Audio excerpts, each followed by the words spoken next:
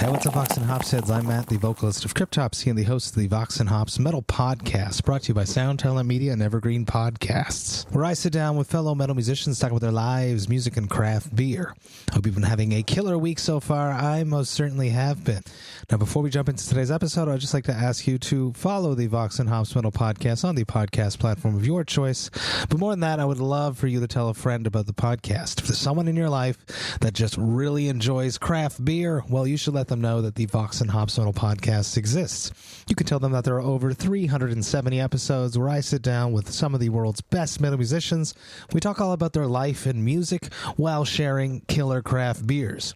If you would encourage one of your craft beer enthusiast friends to become a brand new Vox&Hops head, that would be something that I would truly appreciate. Now, today's episode is a special one. It was recorded last Saturday here in Montreal at Turbo Haüs at the 4-year anniversary party for Vox&Hops. Get ready, everyone. This is Vox&Hops episode number 376 with Sébastien Croteau of Necrotic Mutation and the Monster Factory and Pascal Germain-Berardi of Temps Fort and Growlers Choir. I warn you, what you are about to hear is very disturbing indeed. What's up, everyone? Here we are at the 4-year anniversary party for Vox&Hops. Make some fucking noise! I am joined by two amazing musicians, sort of the opposite of the field, if you want to say, but not completely. We have Sébastien Croteau of Necrotic Mutation, The Monster Factory, La Fabrique des Monstres, Pascal Germain-Berardi, the conductor of Le Temps Fort, conductor of Growlers Choir. He's also a death metal vocalist, a classically trained vocalist.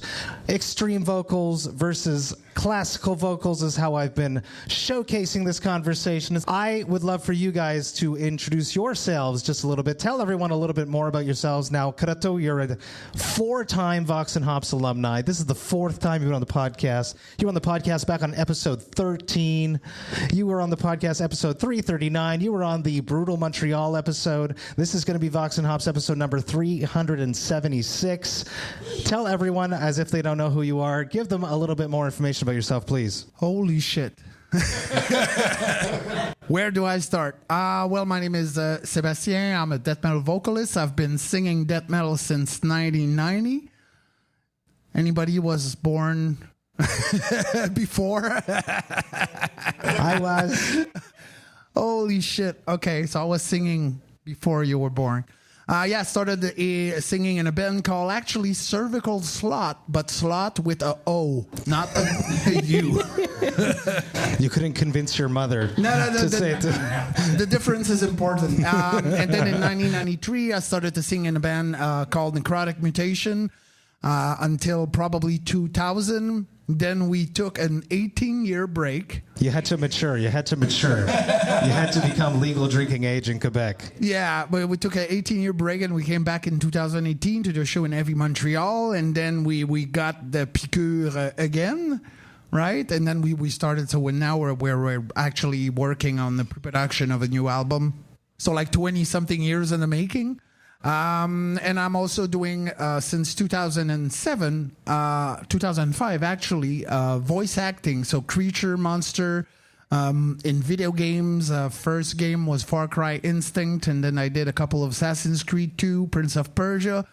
And one of the last I did is actually the shirt I'm wearing. So Gotham Knights, if you play the game, I'm the voice of the Man-Bat. Almost got Batman, but no. So close.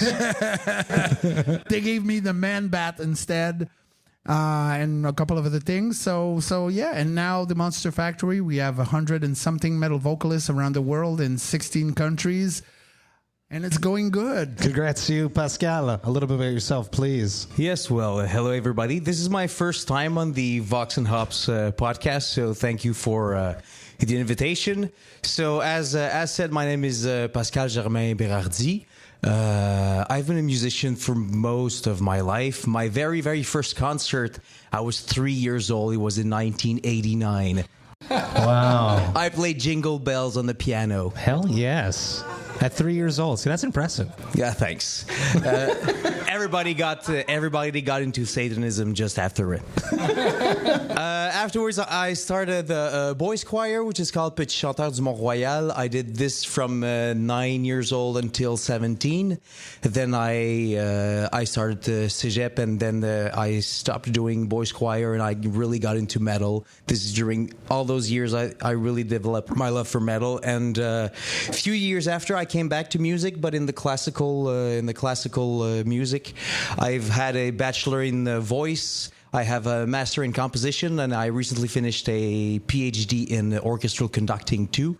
And I've been living professionally as a musician since 2009. Around, I lived as a professional chorister for a long while. I sang with the Montreal Symphony, with the Montreal Opera, also Notre Dame Basilica, because God still has a lot of money, so He pays for me singing at masses. And throughout all this, I also had a metal band which was called Archetype. We released an album, we released a video clip, and most critics around my album were saying, like, imagine a fireworks house catching fire with a mental, with a singer which is like a demented mental patient during his worst day, which are two very cool things to get told when you're a metal band. And here I am today, ready to speak with Mr. Sébastien right here. Hell yes. I have to say, I was also a choir boy.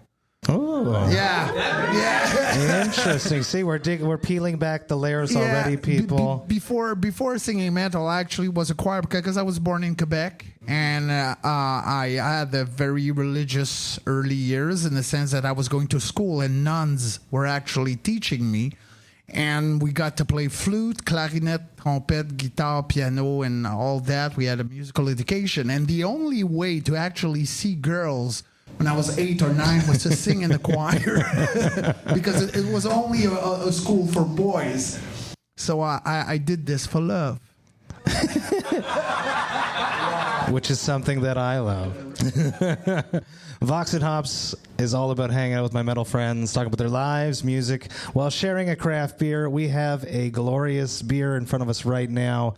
This is the brand new Vox&Hops collab, which was created by Cinquième Baron, called Ossuary. Killer fucking label designed by Philip Ivanovic. Flat Bathtub, if you guys don't know who he is. This is a special beer. It's a beer that I pitched Cinquième Baron the idea of doing. They've never done it before. They've made lots of IPAs. They actually won the best brewery of the year for the Vox&Hops Beerism BAOS top 10 Quebec brewery list that we had last year, and Cinquième Baron was the first fucking winner of that, and I love them. So I pitched them the idea of doing a beer with Phantasm. Now, Phantasm is an extract from grape must, Cabernet Sauvignon grape must to be specific, from New Zealand. So there is basically no hops in this. There's some hops, there's no dry hop. So you see a lot of these IPAs, it's all called double dry hopped IPAs. This one has none. So it was very cheap on the hops, very expensive on the Phantasm, though.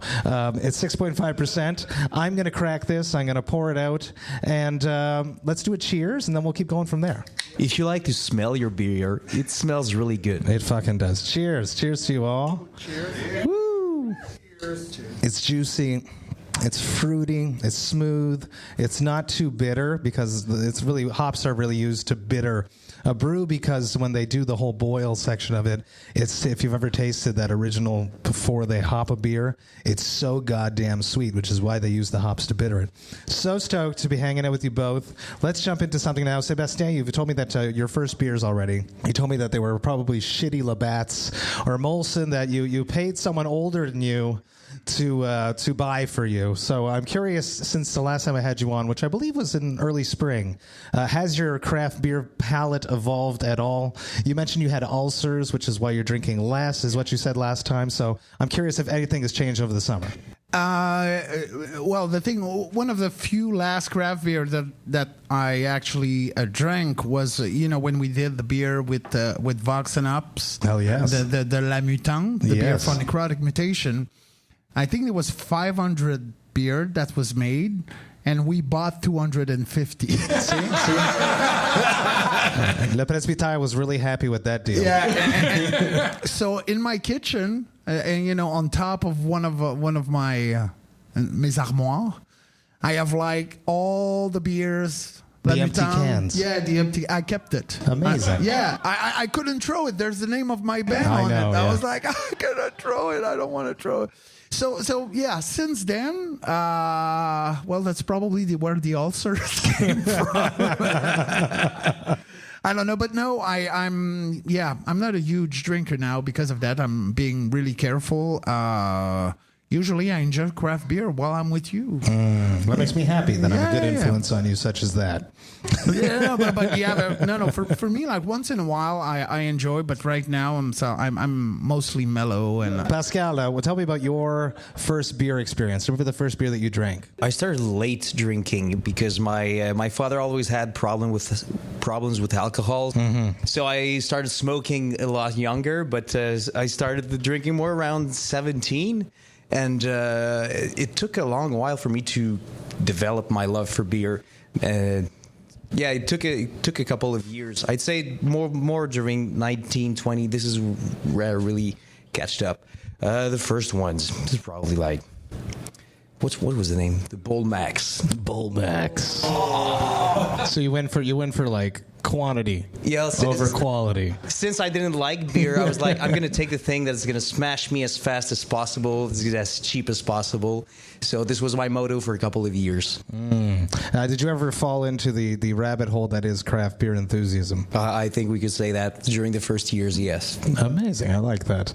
I would love to. We heard about earlier that the choir is where you discovered your voice. You played a piano recital at 3 years old.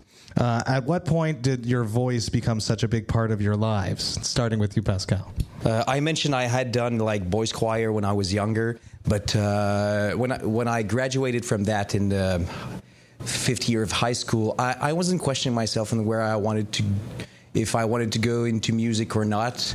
I was like the first of my family to finish high school, actually. So there was a lot of need for me to like learn about social structure and the human mind, the human psyche, just to like understand myself, understand where I came from, because also from my neighborhood, like nobody finished high school ever, or mostly not. I came from Saint-Henri when it was still a mostly French neighborhood, and like the dropout statistics were among the highest in the whole Canada, and so I had like this like dire need of like understanding the human and the human psyche and the social inequalities and stuff like that. So I've been into I studied psychology and sociology at university. After a couple of years, when I like started to get the kind of knowledge that I wanted out of that, this is where I had my big flash that I wanted to become a conductor. And knowing that I had done my boys choir when I was young, I knew that my voice was the fastest way to get there. So I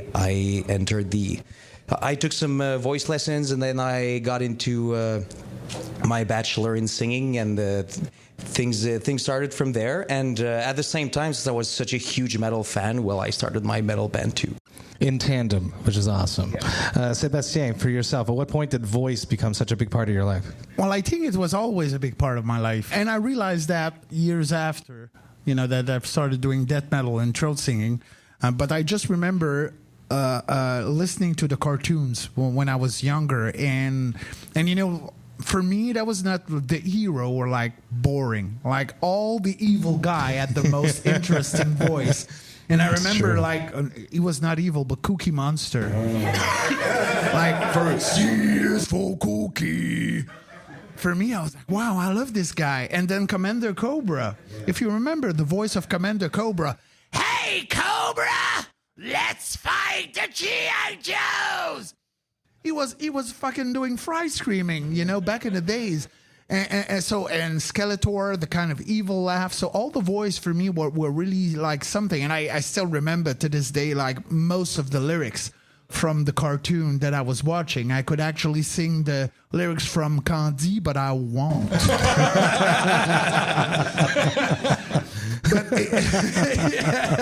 You know Candy? No, but I can... Pays de Candy comme dans tous les pays. That's it. Merci, Sébastien. Yeah.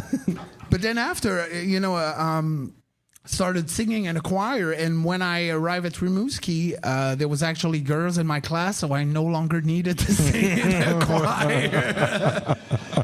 But there was a girl that I was in love with, and her boyfriend was listening to metal music. So what do you think I did to become interesting to her? I become to listen to metal music. So again, Girls I did it for love. A thematic is building people. I love when that happens in a conversation. Yeah, so I started to sing death metal at the age of 15. First demo in 1992, actually, but I started singing in 1990. And then, probably around 96, 97, started to do throat singing. Mostly the first year by myself, so I was not really good at it. And then actually the girlfriend of my drummer, Necrotic Mutation, found an article in Chatelaine about... For people that don't know what Chatelaine is, it's a female... driven magazine for youth, basically. For young woman. And then I called the guy, started to have throat singing lessons with him, and I did like a lot. I even had a band back in '98 called the Globe Glotters. Yes, you did. Where we did a lot of different world music mixed with throat singing, mixed with death metal voice, mixed with. I was even doing the voice of a geisha in one of the songs. I was really out there. I just wanted to explore my voice as much as possible. And then I got into Ligue d'improvisation musicale à Montréal, which is still existing today. So I was doing a lot of improv for 5 years, what I really love because it was putting me out of my comfort zone. Because, when we play show in metal music, we rehearse 1,000 times the stuff we're going to present to people. That's true. So for that, I was like, holy shit, I need to improvise stuff. But I really love that. The drive that we get from improvising something. And when it's good, it's like, oh my God. When it's bad, it's really bad. But when it's good, you get an adrenaline rush that is rare I never really had it in metal. Yeah, it's not the same. Then 2005, started to do voices for Monsters. So for me, like, even my younger year until now, I'm 47 and I'm still discovering stuff about the voice. That's what I like. Like that, I don't think I will ever stop discovering things. But this has been, the voice. The voice. The path of your life. Yeah. I agree. It's an infinite discovery. Last spring, I had to redo my auditions to stay in the Montreal Symphony Choir, and I took a couple of lessons with a teacher at McGill. And for 70 minutes, we were only working on ah. It was a little bit more there. Ha, ha, ha, ha, ha. Just for an hour. And I discovered so much just doing freaking ah. I do that a lot when I do video games. We have to do 20 different variations of pain, and usually it's No, I'm joking, but it's true. I think we and that's the thing. When people are driven by the passion of the voice, we never stop discovering stuff. For me, even like just fry screaming. That was not something I've never done like 4 months ago. And actually a lot of my students were asking me so I got into it and I was able to do it. And I was like, oh, holy shit. Okay, I can actually, well. And now it's a new me, tool. So you must have already been doing it though. No, not really. Not really. It's very different from high, let's say, in power metal. That is like that's a belt up there. Yeah. But with fry screaming, you have a lot more compression on the larynx. Like, kind of, so it's kind of you got this feeling of choking that you have a little bit to put inside the larynx. I was like, I wasn't comfortable with that before, but now I was like, holy shit, I need to try it. And other stuff too, like the uvula. I didn't know we could actually vibrate the uvula. And I discovered, do you know, I know it sounds dirty, but the uvula. you will actually a little thing, behind the. So I discovered that we can actually vibrate it. And the thing is, it's not new. Peter Cullen did it for the voice of Predator. Before it was sound design, he was doing the... So the... And I discovered that with a friend. She was actually asking me, like, how the fuck can you do that? And I didn't know. So I took, while being on Zoom, of course, I took the light of my cell phone and I put the light in there and I was like, and she was looking, oh, look at that. It's vibrating. I was like, oh, it's uvula vibration. So, yeah. And I discovered that very recently. So the thing is, we always discover stuff. Uvula vibration is a thing, ladies and gentlemen. Let's get to the meat of it. Extreme vocals, clean vocals. Are there similarities? Are there differences? What is the science that separates these two techniques? Am I going first? Yeah, go for it, Pascal. Well, I'll tell a little bit like my personal experience being able to do both. As a classical singer, what you're looking for is like always to maximize the space inside your body, because when you're singing, whether it be like clean singing, classical singing, or like rock singing, or metal singing, it's always a question about you're making your body vibrate, and it's always like optimizing the space inside your body to be able to get the best sound possible. So in classical music, you go back on the pharynx, a little bit here, a little bit here, and then you have a whole voice, and then you do with your vocal cords, you can play and sorry, I'm not supposed to have a mic for that.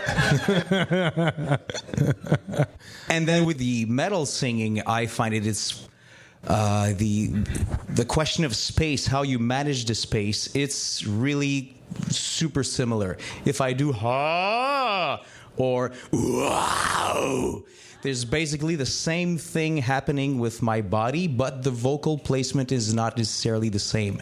So one is my vocal cords are like vibrating, and the other my vocal cords are rubbing, and this gives the kind of percussive sound that we can have versus the which is simple vibration. And that's pretty much it. And it is really the metal sing is really like attached to like being angry and stuff, because well, the vocal cords rubbing naturally happens when we're pissed and we get tense, and then our vocal cords start to rub, and this is why it's like on the effect it's associated with anger. But the goal with the metal singing is to keep it really mellow. And this is like the control that you need to learn if you're doing metal singing. No, I was joking. It's true that vocal distortion is actually associated with anger and pain. Because when you get angry, yay! And when you itch yourself, ow! And every time there's vocal distortion involved with that. And most of the comment that I heard throughout the years from people that are not metal fans but coming to my concert. Don't you hurt yourself? No, is that that's it? It's like you look so angry, or oh my god, it must hurt so bad. So it's always associated with those two kinds of emotion, and it's kind of normal because this is what we naturally do. But the thing is, for me, like vocal distortion, even babies can do it. We were all born metal vocalists. If you listen to babies, like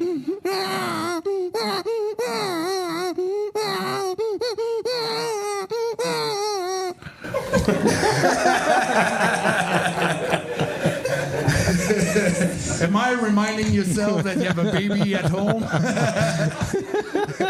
and you need to get home early?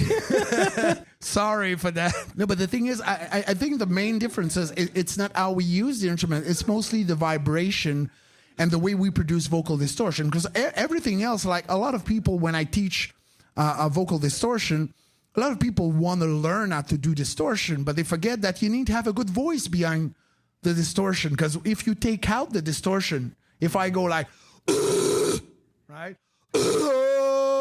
there's my voice behind it, you know. And a lot of people are like, oh, I want to learn how to do distortion. Well, you must be a good singer first, you know, because your voice is behind there. And as for the rest, it's mainly for me, the main difference is how we make stuff vibrates.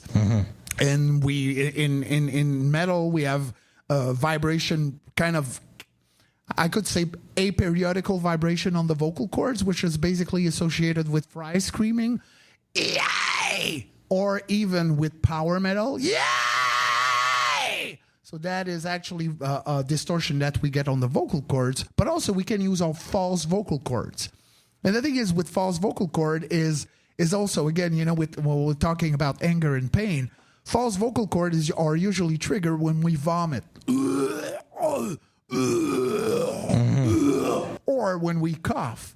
So when people start that, they're usually like, because the body, remember, it's not a really good thing to do.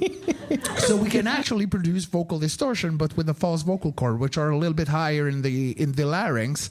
But I would say, apart from that, like there's, you know, even throat singing where there's also different vibration pattern. But apart from that, it's fairly similar. You need to have an amazing voice behind the distortion to be a good metal vocalist, and you need to have an amazing voice in itself to be a good classical singer. Main difference is only being the distortion. And I'm always saying that, like, for me, like people who did classical music 400 or 500 years ago, if they were here today, I'm pretty sure they would be doing metal music. Which is exactly where I was going. Why were there classical singers 400 years ago, but no one was screaming? Well, I'm sure they were screaming, but there was no recording of it. What is your take on that? Why has it been the last 30, 40 years, let's say, that the human culture has discovered extreme vocals? I think it goes a little bit from where classical music comes from, because classical music was born in the really high aristocracy with kings and queens and high political spheres, and this is like in the 1600s, 1700s, because it was the only type of music that was written and that we were having like encyclopedia about, because since most people didn't know how to read, everything that was happening in like the common folks, the common people, it was only like mouth to ear. So we have really few of that like music from those times, and we have a lot of the really high aristocracy music, and things started to change in the 1800s, which goes with the siècle des Lumières, where there was a big democratization. When we had this, like when there was a French Revolution in 1789 and afterwards, this is where we started to have like conservatory schools where everybody could go and learn music. And this is when we started to have musicians like Beethoven or Wagner or Hector Berlioz, who were trying to push things that the high aristocracy had never tried to push before. And with everything happened post French Revolution, a lot of more people could go to school and learn to read and stuff. So the things like new ideas could really propagate in a easier way. And this is where like the passion inside the music really started to get off with the whole romantic period. And after, we just have to go through like 20, 30, 40, 100 years later, because then we started to have blues, and with the blues we started to have the concept of a riff, the concept of growl, like this started to happen.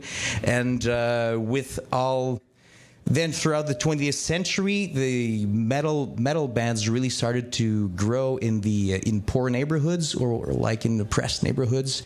Like, even if you go to see a band like Metallica, they appeared in the poor neighborhoods of California, those poor neighborhoods that don't really exist anymore, because like California has changed so much since the 1980s. But that's the point. Like, metal bands really started to pop out from poor neighborhoods or where people were living like a certain amount of oppression. So there's like this kind of revolt, and it is the kind of things that could not happen socially like in the 1600s or the 1700s. So that's a little bit my take on it. For me, I would go with what I think the difference between throat singing and metal voices.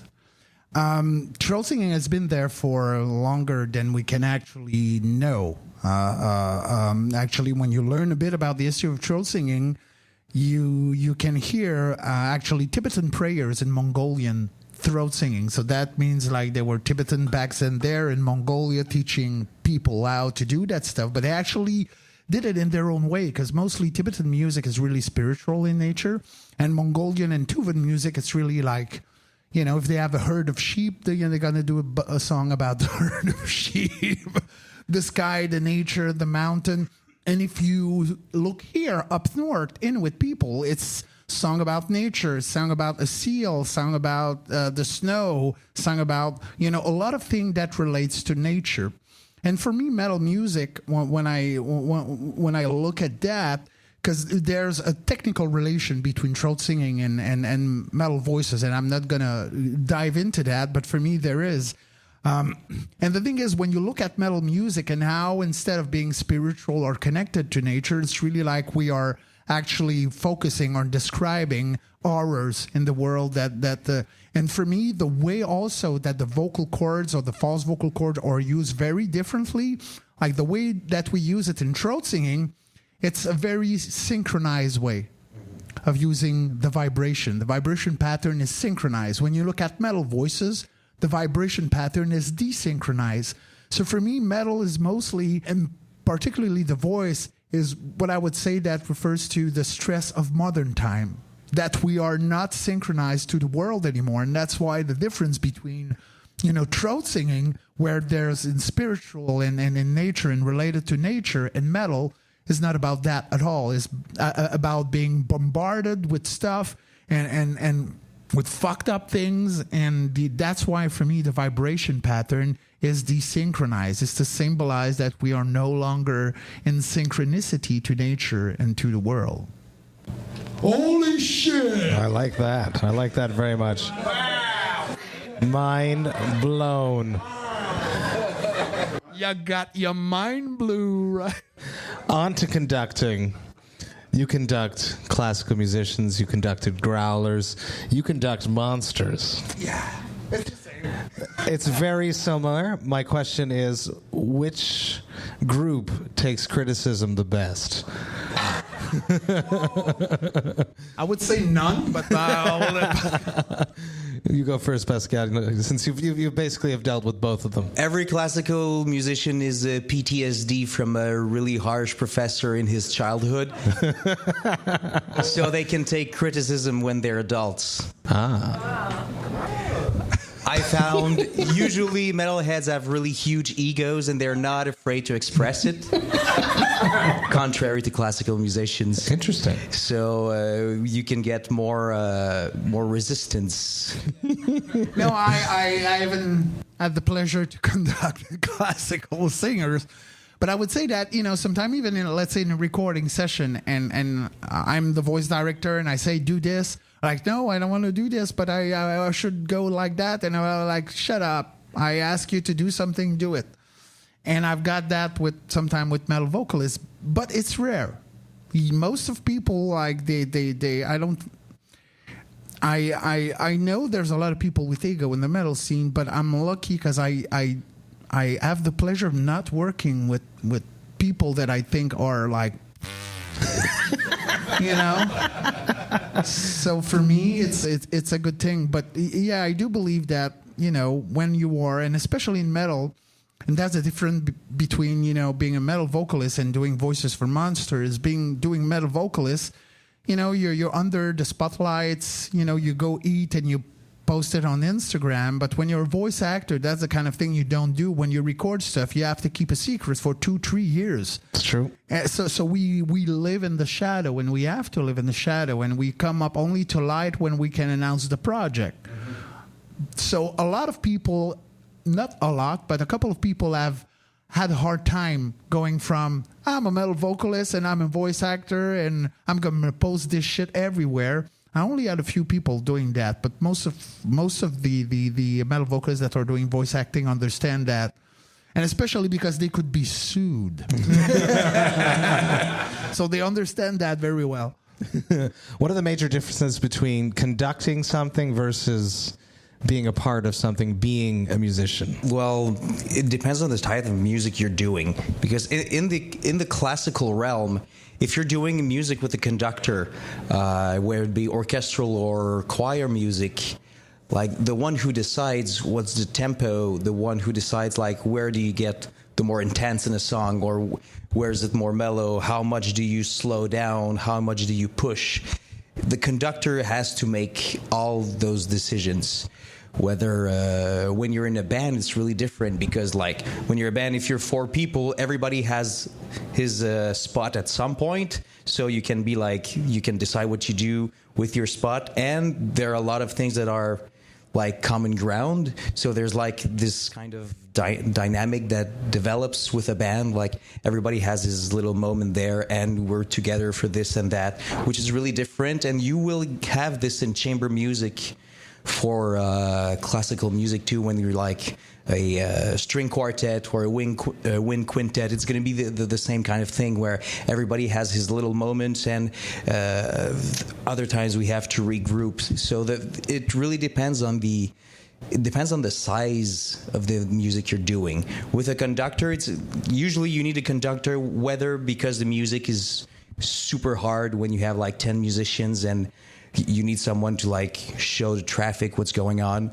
or if you have music with a huge group, well, it's just easier to have like one person who makes all the decisions and who goes fast, because for a rehearsal process for a concert, especially in classical music, musicians cost so much, so that you have like 3-4 rehearsals for a concert, and like sometimes nobody ever played the piece. You only have 3 rehearsals for the piece, so like the conductor really must know where he wants to go, what he wants to do, and everybody has to like follow suit, which is really different with a band or chamber music, where it's more intimate. You can take more time, and you can decide more things. And as I said, everybody can have his moment, and everybody has to regroup for certain parts too. How about for yourself directing? When I consider what you do when you are conducting recording sessions for the video games and everything you do. No, I was going to add something real quick for me. And with a metal band, it's mostly the drummer who's the conductor, because if the drummer is lagging, we have to lag with the drummer. That's true. That's true. And if a drummer is going too fast, we have to follow the drummer, try to keep because up we with the look drummer. Fucking weird. So for me, the drummer is he's wrong, but we're gonna follow him anyways. Yeah, exactly. No, the thing is, and that's where you see the difference, like being in the action and being out of the action, is when you are in the action, there's sometimes a lot of things you cannot think about. Like in video games, sometimes we have to do 20 variation of a pain sound. Yeah. And at some point when you're in the action, you go, and then you come back and lose. And the role of a voice director actually to say no, like you did and then you can go e o, and then e.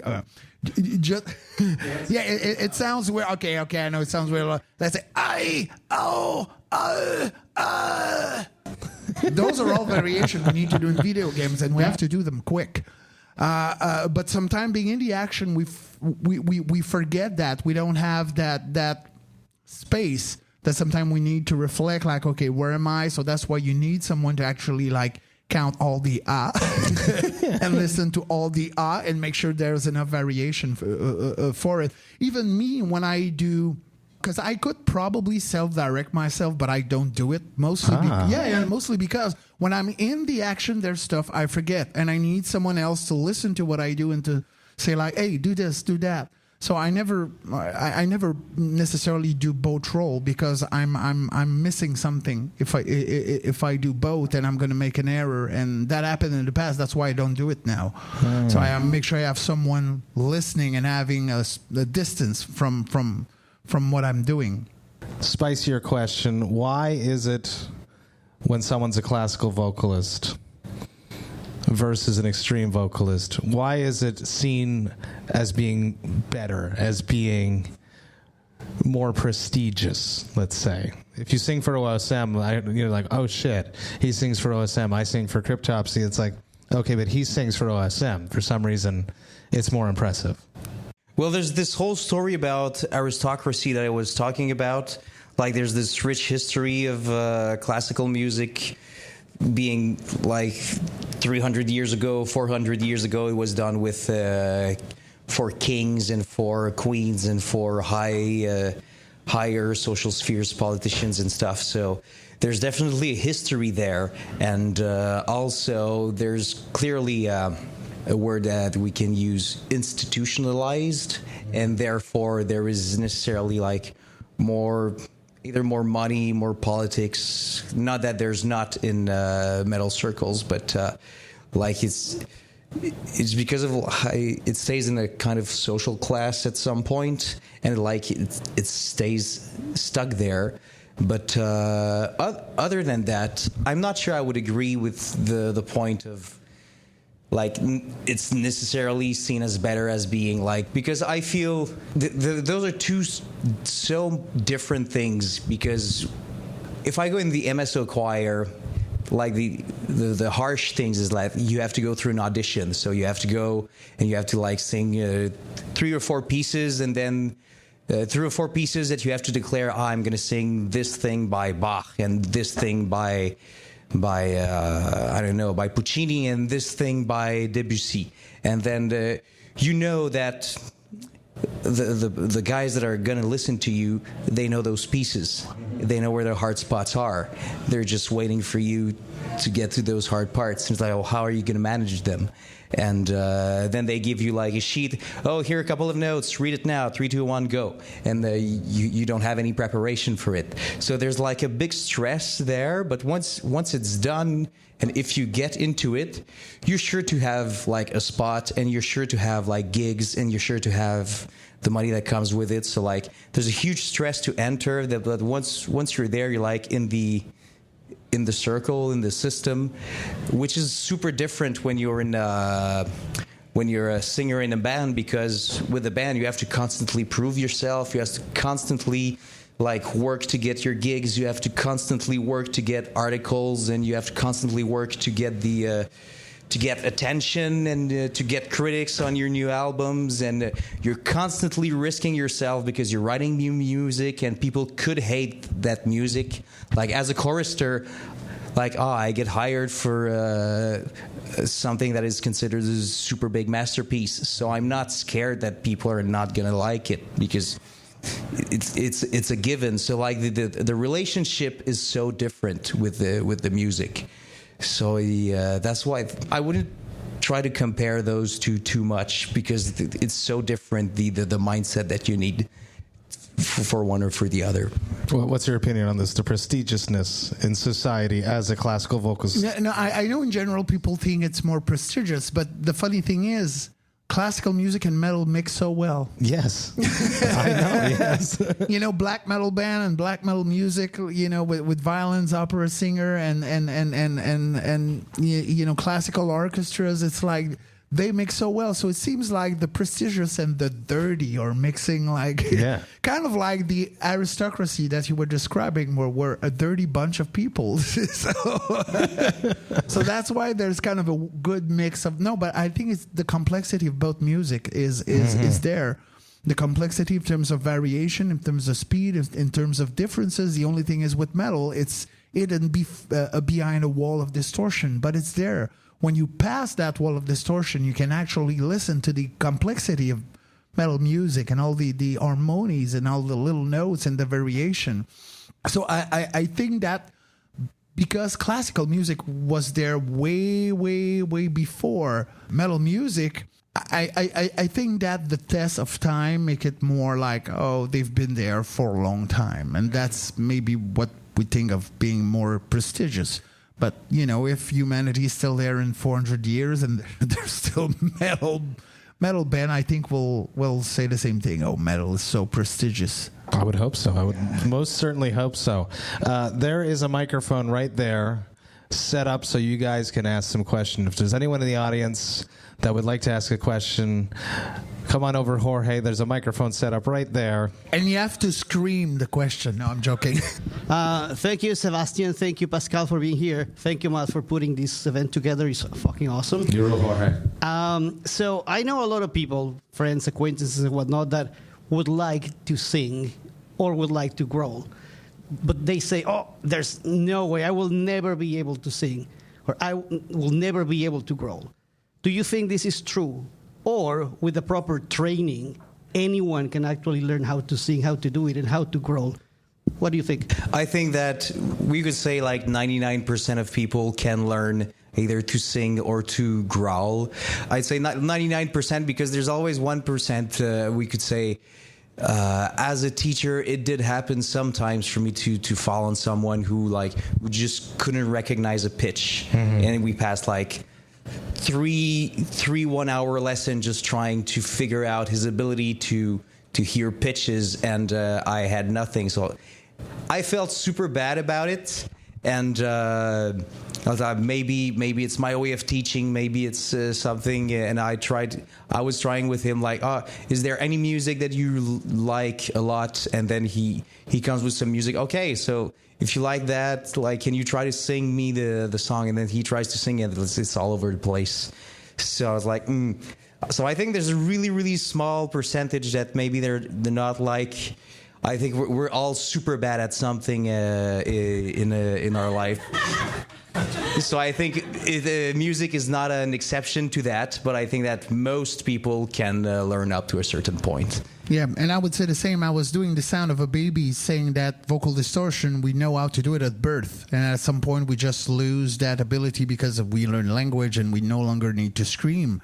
But it has definitely something that is possible to learn. There are slow learner and fast learner, so it all depends. But we all have vocal cords, false vocal cord, lungs, a mouth, a tongue, and a uvula. So we can learn that again. And so for me, it's mostly a question of being persistent. A lot of people, sometimes I show them exercise, and I know they're not really practicing it. So of course, it takes longer. And sometimes I do show them, and I know that they're really like practicing a lot. So usually they get there faster. So it's all about discipline. Same thing as, being a classical singer or metal vocalist. It's for me the same. Discipline has to be the same in a sense, right? You have to be dedicated to what you do, and I have to be dedicated to what I do. But in the end, like, we all have the parts that we need to do it. So yeah. Thank you, Jorge. Any more questions from the audience here live at Turbo Haüs? Go for it. Olivier from Les Lutins de l'Enfer. Yeah, thanks again for setting this up. It was a very interesting discussion. Thank you.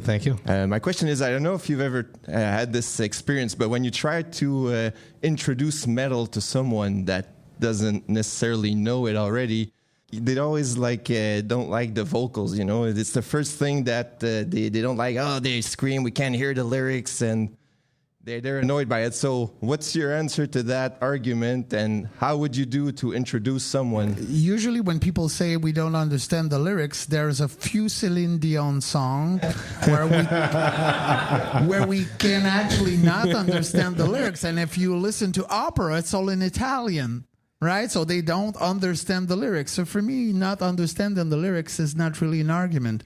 And like I said, vocal distortion is associated with pain and anger.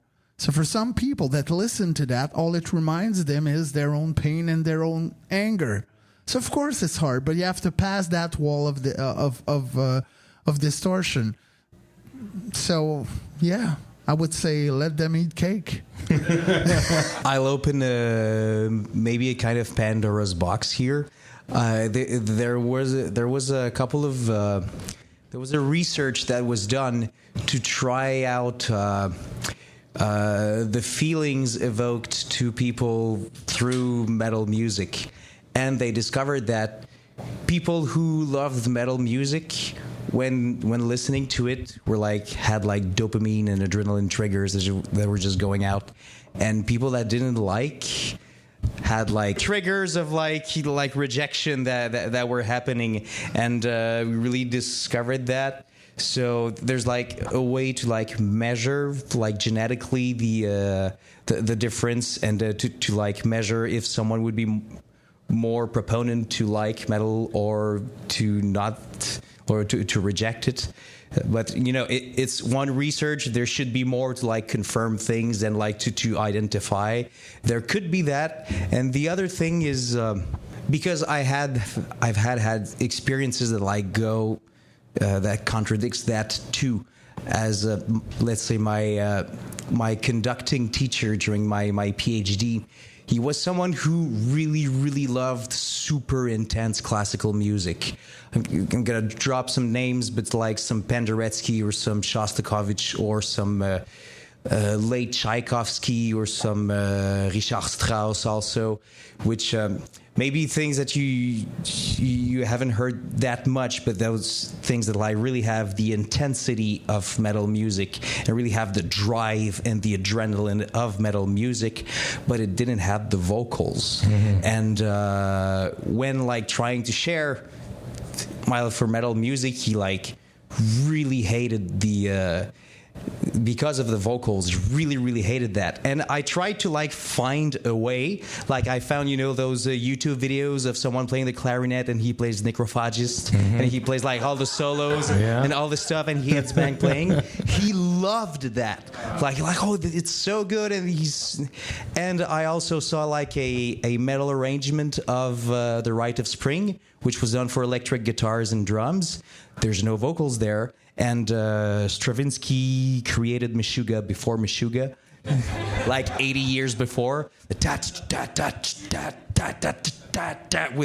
with like a whole orchestra of like 80 people, so it's super it's super impressive. But having with electric guitars, it really sounds like metal music, and he really loved that. But there was no vocals, so I tried my luck with Martyr, which is another band which plays with a tempo a little bit like Stravinsky does, but with vocals, and he hated that. So I was like trying to push.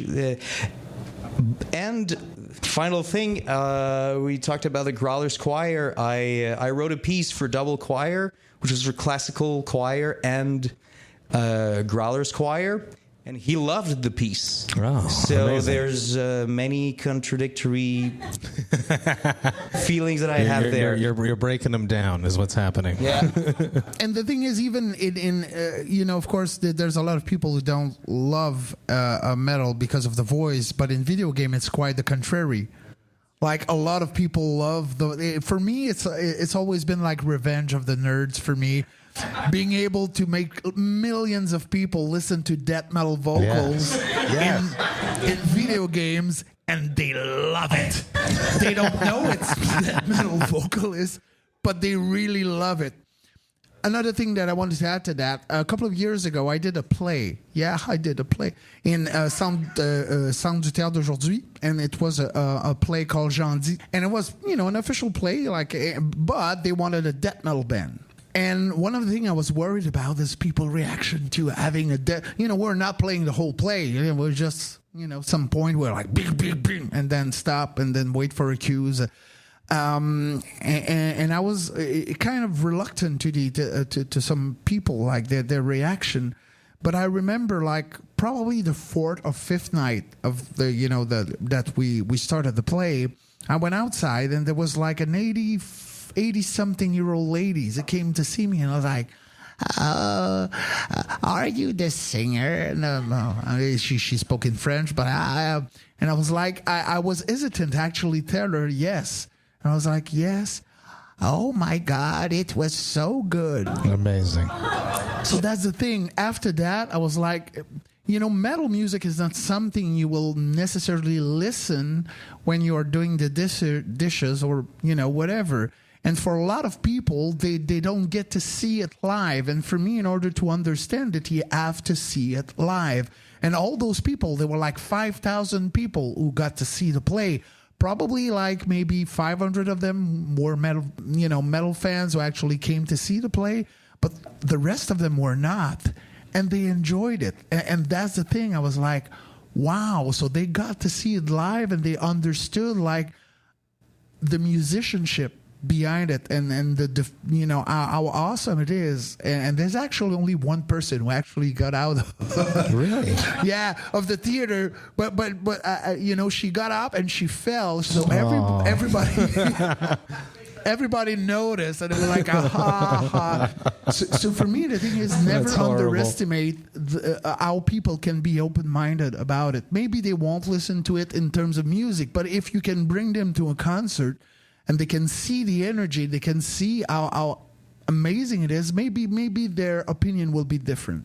Amazing. Any other questions? Philippe de Vitesse, Whispers from the Void podcast. Go for it, bud. My question is simple. What are your biggest inspiration to do what you do right now? I can talk about artists that really inspire me. It's not a question of I aspire to be like them, but it's a question of I really admire like the level of their craft, and I really look up to that. I was a huge fan of Strapping Young Lad, and I love you already. This is the band I've like listened way too much in my life, and I was a huge fan, and I've listened just because of the. It wasn't like about like the technical aspect. It wasn't the speed. It was just the character. Nothing was like the personality of it. And this is what I really, really loved. Like, here's proof that you don't have to be the fastest. You don't have to be the most virtuosic. You just have to have like the character that really creates the energy and the identity of what Strapping Young Lad was. That's what I really, really loved about it. Otherwise, some classical composers I really, really loved, and it's always because they pushed boundaries in relation to like where the institutions of music were and where those people were pushing it. I know it's a cheesy choice, but when you can like sit down and measure the music and like compare to other peers from the same period, there's just no questioning. Beethoven was such a freaking master of his thing. And outside of it, there was Franz Liszt, which was a pianist, which I consider to be like the very first metalhead. Franz Liszt was a virtuosic pianist who lived in the 1800s. And, in those time, everybody was like 5'2", 5'3". Franz Liszt was 6'2". He had long hair. No guy had long hair. And today, pianos are made of metal because of that guy. Because before him, pianos were made in wood, and he would break down the pianos because he was too intense playing it. Yes. And if you listen to his Sonata in B, which is like a 30-minute piano piece, there's so much metal in there. It's amazing. And he did a couple of pieces that really sound like someone who's moving towards metal. The Faust Symphony, the Totentanz, which is Dance of Death in English. I would say also Shostakovich really, really loved, and Penderecki. And outside of this, I would say a couple of actors like Daniel Day-Lewis was always a huge fan of. He mesmerizes me at every single time I see him on a silver screen. So that's some artists I love. Me, I have that with Margot Robbie. She's great actress. So the question is musically or just in general?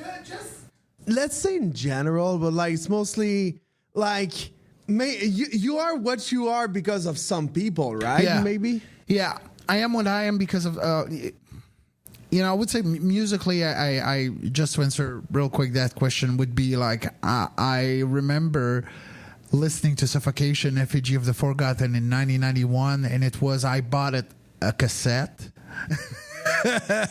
It was a cassette, and I remember playing that cassette to death.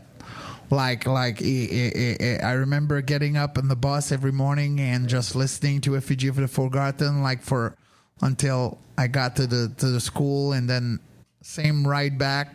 But also, after that, even with all the brutal death metal, I would still go for Atheist, Cynic, and Death. Because for me, even today, the band that I listen to the most back to that era are still Cynic, Death, and Atheist. It was for me just an amazing mix of things. It was not only brutal death metal, it was something else, right?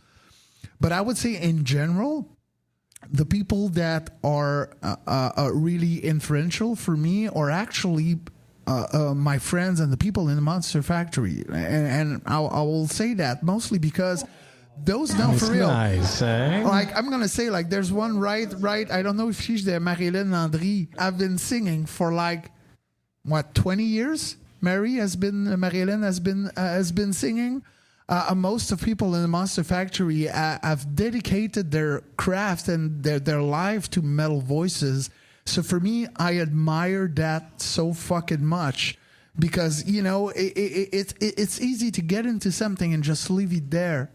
But those people have done that for years and years and years and years and years. And been Cryptopsy, been Cataclysm, been old fucking school and still there today.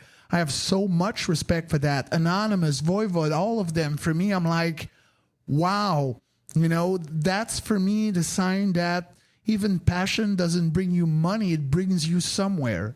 So for me, I have the utmost respect for all of them. Thank you so much. I love that answer. And Devin Townsend forever. Hell yes. Turbo Haüs. I would like to end this in a special way. There are a lot of people here at Turbo Haüs. Make some noise. They have voices, as you all just heard. Can we conduct a zombie horde with these wonderful people? And what is there a way to do this in a conductor type way where some people are highs, other people's are lows? I'll let you get creative with this as we go. Yeah. Okay. So the thing is, with a zombie horde, as you know, they're not loud at the beginning. The zombie horde is usually slowly forming, right? So in order to have a real zombie horde forming, let's say we start, in the back. So people in the back will start doing zombie noise. Then when I do that, people in the middle will start zombie noise. Then when I'll do that, people in the front will do zombie noise. Then I will do a sign like this, where you see a victim and you are getting excited, right? And when I do that, you are actually eating the victim. So I want to hear a lot of mouth and slurps, right? And after the victim has been eaten, then you slowly going back for more. So I will do that. The first row will shut up. That second row will shut up, and that third row will shut up. So it will do, because I've already done that because we did a video. so we did a zombie horde. So so people in the back, and zombie. Just to tell you, there's two different ways actually to do a zombie. Actually, three. You can do a classical zombie.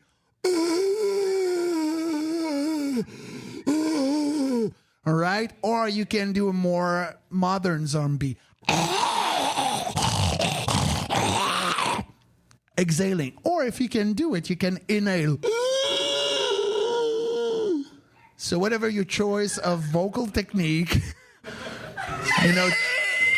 yeah. So choose your own. So we'll start. So don't forget, that's the row. That's, you find a victim and you're getting all excited. You're eating the victim, and now after that, you will just resume to your whatever activity you were doing before being a horde. All right?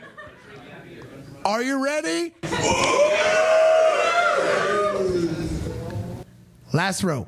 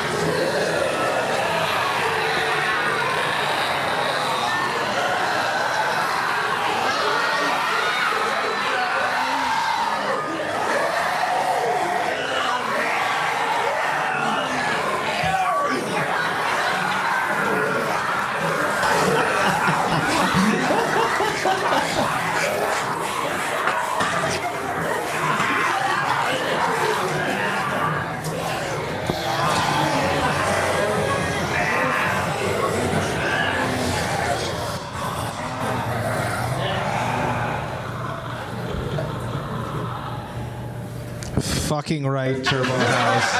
That was fucking incredible. Make some noise for yourselves. That was absolutely fucking beautiful. And this is why I want to go to hell at the end of my days. Because that's where the most interesting sounds are made, man.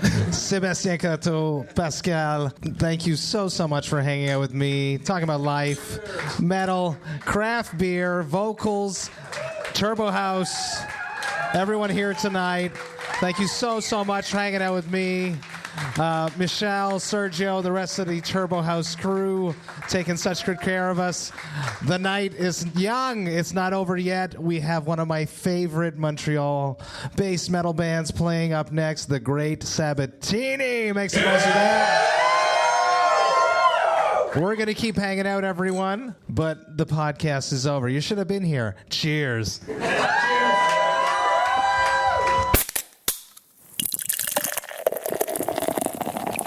Hey, thank you all so much for listening right today. You know that I love and appreciate that. Man, this was an awesome night. I had so much fun at the 4-year anniversary party. Those that were there with me, you know how much fun we had hanging out, enjoying life, metal, and craft beer all night long in celebration of the 4th anniversary of Vox&Hops.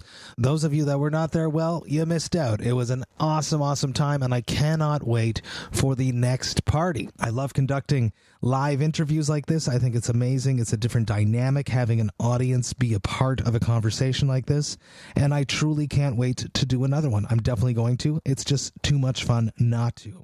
Massive thanks to Sébastien and Pascal for being amazing guests, so insightful. I really enjoyed the conversation, and I just had a blast.